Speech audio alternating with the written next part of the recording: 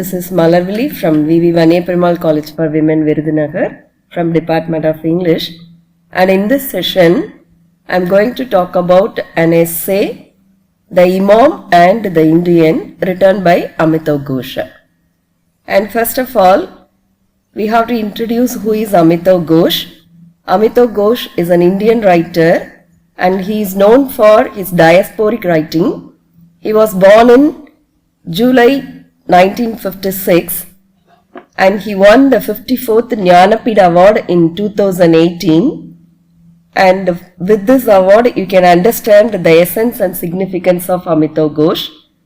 And he used complex narrative strategies to probe the nature of national and personal identity, particularly of the people of India and South Asia. So he just lived in India for most of the time. Most of his childhood he spent in India. So he had the love for Indian culture and Indian nature that was reflected in his writings, even though now he is not living in India.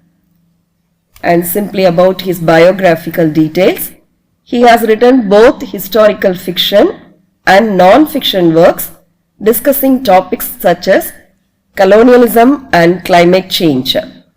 So he was more concerned about the social problems and the changes in nature. And based on these themes, he has written the fictions, The Circle of Reason, The Shadowlines, The Glass Palace and Ibis Trilogy. And some of his non-fiction works are In an Antique Land, The Great Derangement, Climate Change and The Unthinkable. And in this session, we are going to see about the excerpts from the non-fiction work In an Antique Land written by Amitav Ghosh. So we should know something about In an Antique Land. Amitav Ghosh has done doctoral degree in Oxford University. While he has done his doctoral degree, he has to submit the project under social anthropology. So he had to travel more places all over the world, and one of the places he visited was Egypt. So during that period, he just jotted down everything what he had experienced while he traveled in Egypt. After the submission of his thesis, he published as a non-fiction work In an Antique Land. So to know more about the characters whom he introduced in an Antique Land, he has separately written essays, and those essays were collectively compiled into a volume under the topic The Imam and the Indian and Other Essays. Sum up 66 essays were in that volume, and the first essay is The Imam and the Indian. That is what we are going to see today. And before entering into the text, we must know the significance of our writer Amitav Ghosh through his awards and honors. He has received 2 Lifetime Achievement Awards and 4 honorary doctorates from various universities, and the most recognizable award he received was Padma Shri Award in 2007. And the next one is Dan David Prize, and it was shared with Margaret Atwood, a Canadian iconic writer. In 2010, he has received such prize. And the next one is Grand Prix of the Blue Metropolis Festival in Montreal. So during that festival, Grand Prix was offered to him in 2011. And Foreign Policy magazine acclaimed him as one of the most important global thinkers of the preceding decade, because he has written about many social problems in his essays, non-fiction works and fiction. So coming to the text, The Imam and the Indian. So as an autobiographical essay, Amitav Ghosh has described the particular character, the Imam. This essay can be divided into two parts. The first part of the essay describes how Amitav Ghosh imagined the character the Imam, and in the second part, after he met the Imam, what about he thought. So that's what in the essay. Now we will see the first part of the essay. 6 years ago, Amitav Ghosh met Imam and Kameez the rat. These are the two characters whom Amitav Ghosh met during his visit to an Egyptian village. He just heard something about this particular character Imam. He is a leading figure in the village. He only led all the prayers in the mosque. And more than that, Amitav was intrigued by what he heard about Imam.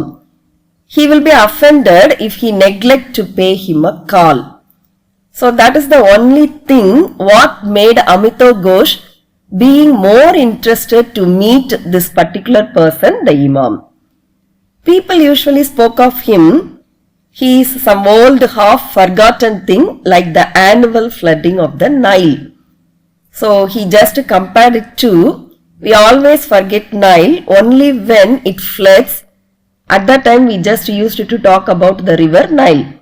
Just like that, not often but rarely people thought about the Imam and talked about the Imam. So belonged in this way, the Imam belonged particularly to the village's past memories and the village's past life. And some more things heard by Amitav Ghosh about this character is, being an Imam, he is by profession a barber as well as a healer. And he knew a great deal about herbs and poultices and the old kind of medicine. So he can heal anybody and also he can cut the hair of anybody. The rural Egypt Imams and other religious figures usually have the habit of possessing two professions. Just like that, this character, the Imam, also possessed two professions, barber as well as healer.